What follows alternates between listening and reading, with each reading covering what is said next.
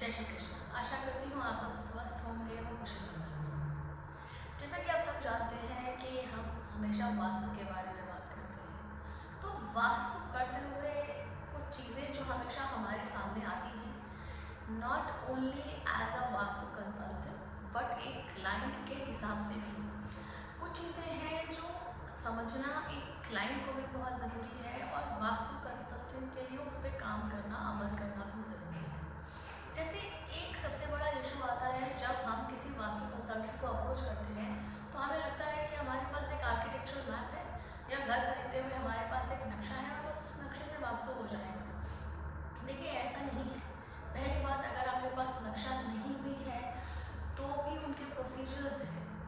तो आज हम एक थोड़ा सा एट लेंथ बात करेंगे, तो स्टार्ट करते हैं। पहली बात, अगर आप कोई घर खरीदने जा रहे हैं या घर है या ऑफिस है, तो उसके लिए मैप इम्पॉर्टेंट है, नक्शा बिल्कुल इम्पॉर्टेंट है। क्योंकि जो वास्तु है वो एक ट्रेडिशनल वे से होता है और एक मॉडर्न वे से होता है। ट्रेडिशनल वास्तु में लोग वास्तु को सिर्फ 4 जोन में बांट के रखते थे, नॉर्थ, साउथ, ईस्ट, वेस्ट। अब धीरे से जब मॉडर्न वास्तु आया तो नॉर्थ, साउथ, ईस्ट, वेस्ट के 4 जोन्स को इसको 16 डायरेक्शंस में बांटा गया। अब 16 डायरेक्शंस में बांटे हैं, कैसे बांटा गया? North, south, east, west. अब नॉर्थ, साउथ, ईस्ट, वेस्ट के जो एक्सेसेस हैं वो समझ में आते हैं। अब नॉर्थ से जो ईस्ट का जो डाइवर्जन है वो एक एंगुलर डाइवर्जन है। एंगुलर डाइवर्जन में जब एक 90 डिग्री एंगल है उसे और हम लोग डिग्रीज लेते हैं। मीन्स अगेन वो बनता है आपका north east, north north east, then आपका ईस्ट बनता है। तो एक ही में आपके 4 जोन आ गए। तो देखिए, आपको ये चीज़ बड़े आराम से होगी कि जब वो 4 जोन आते हैं तो वो जोन्स भी फर्दर डिवाइड होते हैं।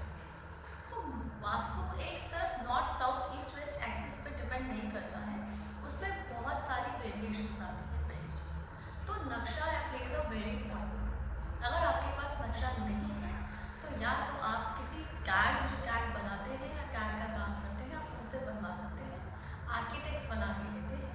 नहीं तो वास्तु कंसल्टेंट्स की सलाह से आपको उस पर कैसे काम करना है वो भी आपको गाइड कर सकते हैं। तो देखिए, जैसे कल मैं आपको अपने क्लाइंट्स के एग्जाम्पल से ही बताऊंगी। एक क्लाइंट से मेरी 2 दिन पहले बात हुई, तो उनका बहुत सिंपल सा पट्टा था। उन्होंने अपने आर्किटेक्ट का मुझे नक्शा भेज दिया, तो मुझे बताया गया कि भैया ये घर मुझे खरीदना चाहिए कि नहीं खरीदना चाहिए। जब वो नक्शा मेरे पास आया उस पर ऑलरेडी मेंशन था north, south, east, west, north west, north east, south west और आपका साउथ ईस्ट। अब सिर्फ इन्हीं नक्शों, इसी नक्शे पे जो एंगुलर डिविजन्स कह लीजिए या जो हमारे डायरेक्शंस के डिविजन्स हैं, उस पर वास्तु कैसे डिसाइड होगा? वास्तु के बहुत स्टेप्स हो जाते हैं, जैसे मैंने आपसे नीचे कहा।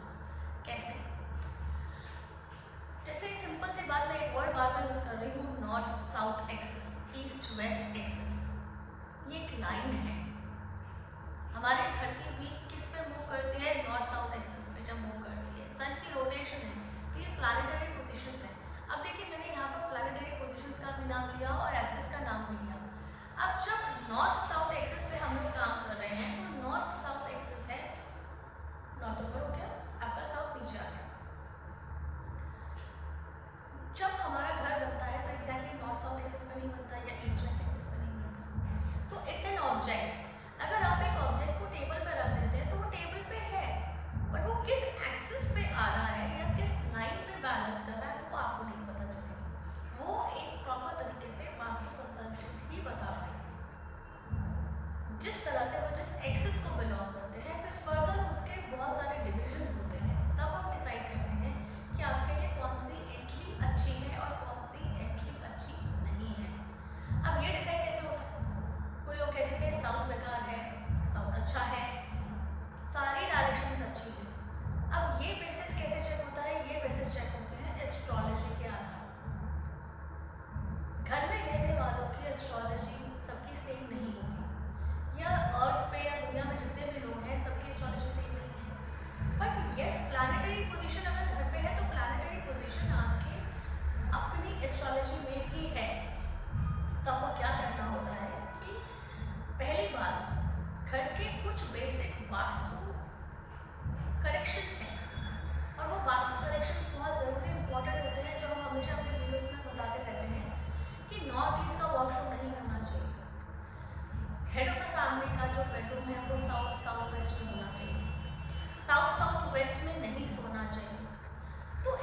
वेस्ट में अगर आप ब्लॉकर बनाएंगे तो अच्छा रहेगा, नॉर्थ ईस्ट में बनाएंगे तो अच्छा होगा, नॉर्थ मुंबई जो लगेंगे तो फाइनेंशियल गेन्स होंगे, बच्चों की स्टडी टेबल कहाँ होनी चाहिए। तो घर में जब सारे स्टडी नहीं करते, सारे ऑफिस नहीं जाते, फीमेल हेल्थ इम्पॉर्टेंट कैसे होती है, किसी की नई लाइफ शुरू होनी है तो वो चीज़ कौन सी डायरेक्शन से या कौन से जोन में जाके शुरू होनी है। मेजर हमारी लाइफ में 3 या 4 तरह की दिक्कतें आती हैं। पहली दिक्कत आती है आपके रिलेशनशिप की, दूसरी आती है फाइनेंशियल की, तीसरी आती है करियर की, चौथी आती है आपकी हेल्थ की। ये 4 मेजर जोन्स हैं जिसमें हमको प्रॉब्लम आती ही आती है और हमारा ज़िंदगी का आधार भी यही है। तो जो ये नाम लिए गए हैं यही नाम आपके जोन्स की डेफिनेशन है। एक करियर का जोन हो गया, एक आपकी हेल्थ का जोन हो गया, एक आपकी वेल्थ का जोन हो गया और एक आपकी हेल्थ, वेल्थ, फाइनेंस, हर चीज़ का जोन है आपका। तो इन जोन्स पे ध्यान देने के लिए वास्तु को डिवीजन में किया गया है। उसके लिए बेस क्या है, आपका घर। जो आपके घर के 4 दीवारें हैं बेसिकली वो आपके लिए एक यूनिवर्स है, या आप कहिए तो एक अर्थ का काम कर रहे हैं। बाकी आपके जो स्टार्स हैं, बाकी चीज़ें हैं, वो प्लैनेटरी पोजिशंस हैं।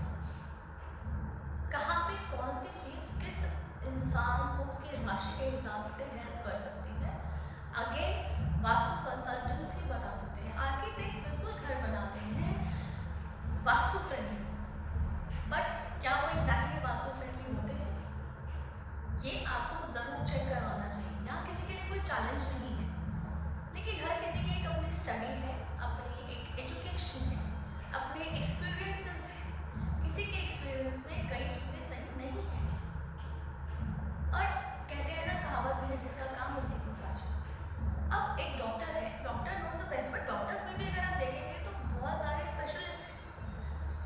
वही डायबिटीज़ के लिए डायबिटोलॉजिस्ट है, नोज ईयर का प्रॉब्लम के लिए आपके लिए पल्मोलॉजिस्ट हैं, ईएनटी स्पेशलिस्ट हैं, एक्सेट्रा एक्सेट्रा, बहुत सारे अलग डाइवर्जन्स हैं। ऐसे ही वास्तु कंसल्टेंट भी जो है वो आपको आपके घर को इस तरह से बना के देते हैं कि आप इन ट्रबल से थोड़े से बचे रहें।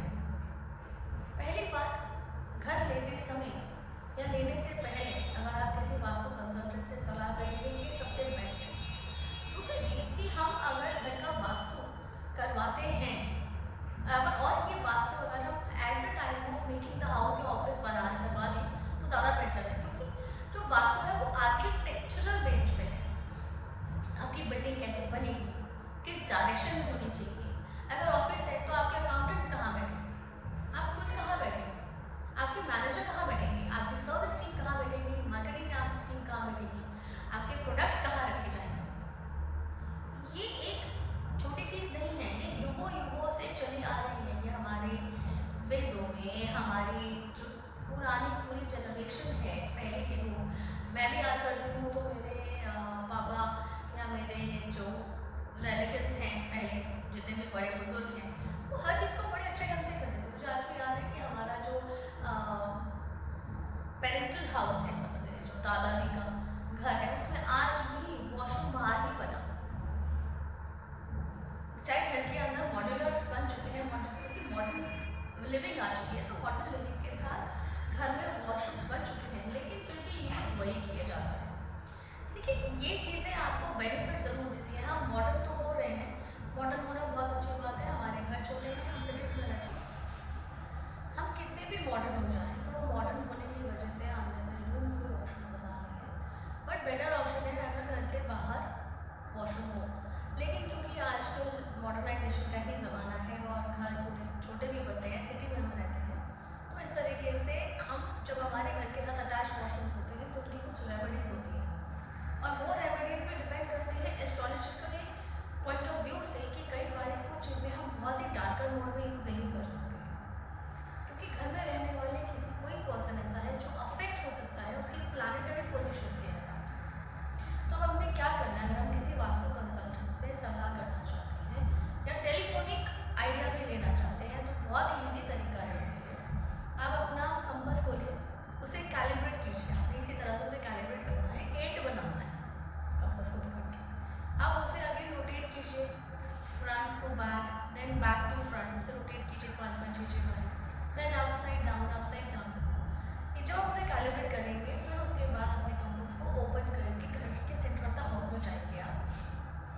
द हाउस ऐसे नहीं ले लेना है, घर की शेप्स हैं या रेक्टेंगुलर होते हैं या स्क्वायरिश होते हैं, तो अपने अंदाजे से एक सेंटर ऑफ द हाउस लीजिए, वहाँ चाहिए और उस कंपास को जब आपने कैलिब्रेट कर लिया वहाँ जाके उसे फर्श पे रख दीजिए बिल्कुल सीधा।